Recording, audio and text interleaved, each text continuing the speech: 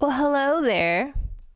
Why is it that every time I'm actually doing something else important, some random video idea would just pop into my head? Check out my curved monitor. This thing is a workhorse of a machine. So I'm editing right here, checking out my old content right here, designing my courses right here, and I just got done with a one-on-one class, which honestly inspired the content of today, which is how to conquer and excel at small talk. So stay tuned after the intro. Hello. If you're wondering why the thumbnail looks different than the video, it is because this is not a new video. I'm actually recalibrating my channel. It's not reposting if the new subscribers haven't seen my old content, and I'm using this opportunity to take a sabbatical of sorts while I work on something really exciting that's to come by the end of this year, I promise. Also, I'd be remiss if I didn't mention my latest ebook, which is a complete guide on how to learn English or any other language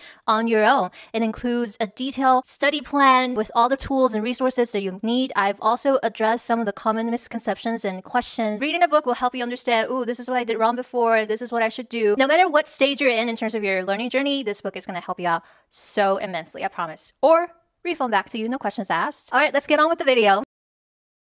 As a former / current, hold on, let me just close this window because it's kind of cringe having my face just looking to the left. The way I look at small talk is roughly broken down to two segments. So one big segment is dealing with the social aspect, right? It's the kind of stuff that non-native speakers and native speakers alike have to get through, and this is more universal. But then there's part two, which is what us non-native speakers have to struggle through. And it doesn't matter if, let's say, you got a perfect score in IELTS or TOEFL, or you were pretty proficient in English. As non-native speakers, especially if you're just fresh off the boat, it can be uncomfortable being in a new environment, talking to strangers. Some of it has to do with the substance of your speech, namely what you talk about and what's on your mind, what topics to talk about. But other stuff has to do with just the style of your speech. It has to do with slang, idioms, everyday expressions, and age-appropriate lingo, right? You don't want to be talking like a professor to an 18-year-old sleepover. That's an oddly specific group. So let's talk about the first segment. If I ever get invited to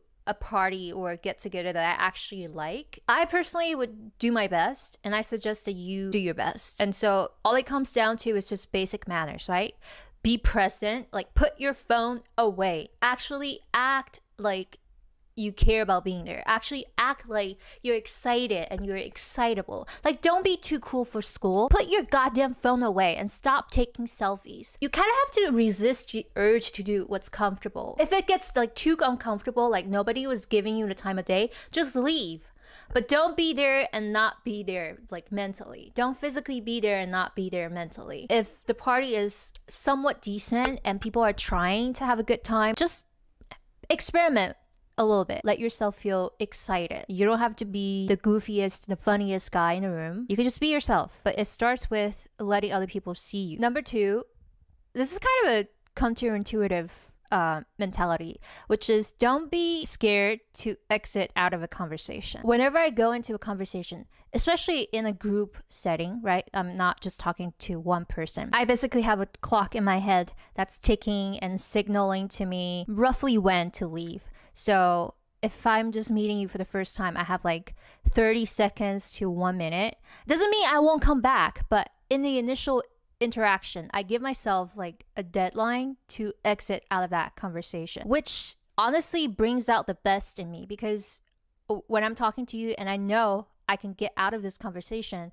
I bring my best self forward. Whereas if I'm thinking, oh my God, I'm stuck with this person, I have no incentive to actually get to know you. Mentality number three is to put the focus on other people.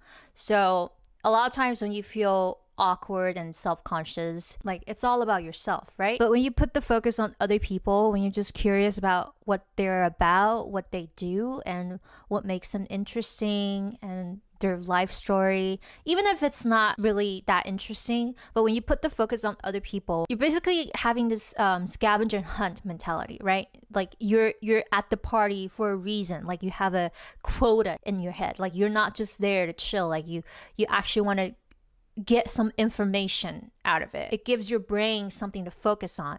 And second of all, it takes your insecurities out of the equation. Like you're not thinking of yourself. You're not thinking of, oh, I should have said that. I should have acted that way. Or am I cool? Do I have a booger on my face? No, none of that. All these mentalities are there as a stepping stone for you to actually be able to communicate, say stuff and stuff of substance. So segment 2 is all about the language. Very first step, you have to make sure you have to pass a certain level of fluency, right? You can't be struggling with basic communication. If you're struggling with even coming up with the sentence, if you're struggling with even understanding what the native speakers are trying to say, then it's not a small talk thing, right? That's when you come to me. Just a little shameless plug, assuming that you can communicate just fine. The step number 1 is to actually have some language input. Because when you're talking to people, when you're speaking about something that you feel passionate about, at any given moment, you're basically giving a monologue. In order to have a paragraph prepared in your head, off the cuff, like I'm doing right now, you have to actually, first of all, read up on this topic or watch videos on this topic. So you have to have certain input. And more importantly,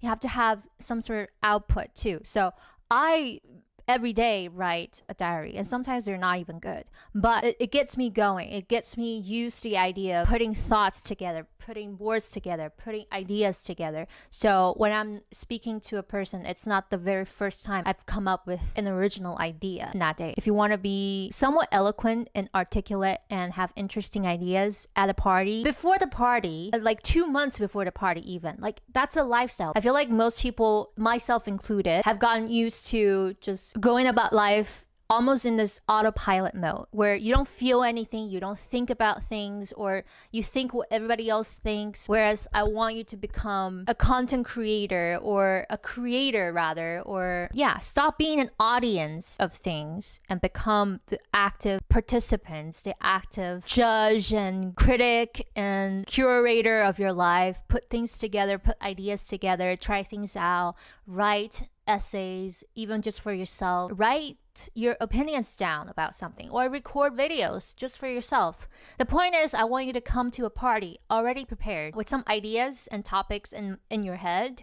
And it's not a one-time thing. Like, I don't want you to do this for a big party. Like, it's not going to work like that. It's like working out, right? You don't want to work out when you need to look hot in a brand new dress, when you want to impress a guy. You want to work out because it makes you healthy, it makes your body healthy. And then when you've maintained that lifestyle for God knows how long, for months on end, then spontaneously, if a guy were to ever come up to your doorstep, you won't feel so unprepared, right? Because you're always ready. If you're always ready, you won't have to get ready. So if you're always ready for a social interaction, even with just one person, you won't have to get ready to actually have stuff to talk about. And it applies to your Chinese social circle. Tip number 2 in this language segment is to polish your style. This is not the substance of your speech. This is fluff. It's all the bells and whistles, right? It's all the embellishments. So things like everyday expressions, slang, idioms, and I was saying earlier, age-appropriate lingo. So the way that 18-year-olds and 20-year-olds and Gen Zs talk about things varies majorly from the way that 40-year-olds talk about things. Go on Amazon, look up some books that have American idioms, American slang, and just everyday expressions. There are so many. Like, I can recommend a few books on that, but Google even is your best friend. And TikTok, check out their comment section. Check out Reddit, YouTube, anything that has young people talking and writing. That's your best friend. You don't have to talk like that all the time. You don't have to use slang in every sentence, but just knowing that gives you a sense of assurance. At least when other people mention it, you won't be caught off guard, right? You know what they're talking about. Focus 70 to 80% of your energy on the substance of your speech. Get writing, get reading, watch videos, think about stuff, form an opinion, record videos, but then 20 to 30% on fluff. Okay, so my camera battery just died, so I'm recording the outro on my phone. But I basically wrapped up everything, and I just have one more thing to add. Have an adventurous spirit. You could be shy and still want to have fun, right? You could be shy and still curious. You could be shy and be a good listener when the time comes and a good opportunity presents itself for you to speak your piece. Don't be so self-conscious that it stops you from having some fun. Even just for a moment. Know that you can leave anytime. Know that it doesn't have to be serious. Nobody is grading your conversations. And don't take everything so seriously. You don't have to give the answers that they were looking for. You can make it your own question. For instance, if someone were to ask you, oh, what you do for a living, you can be like, yes. Sometimes I tell them the truth. Like, I'm an English teacher. I make videos online. But other times I'm just like, oh, I'm a glorified unemployed individual, and we have a laugh at it. It depends on like who you're talking to and what occasion, but I would say most of the time the conversation doesn't have to be serious. If you can poke fun at yourself, you get closer to people a lot faster, and it's more fun that way. So yeah, this is my advice to you. Report back to me on how these tips may have helped you. Yeah, I hope to hear some good news.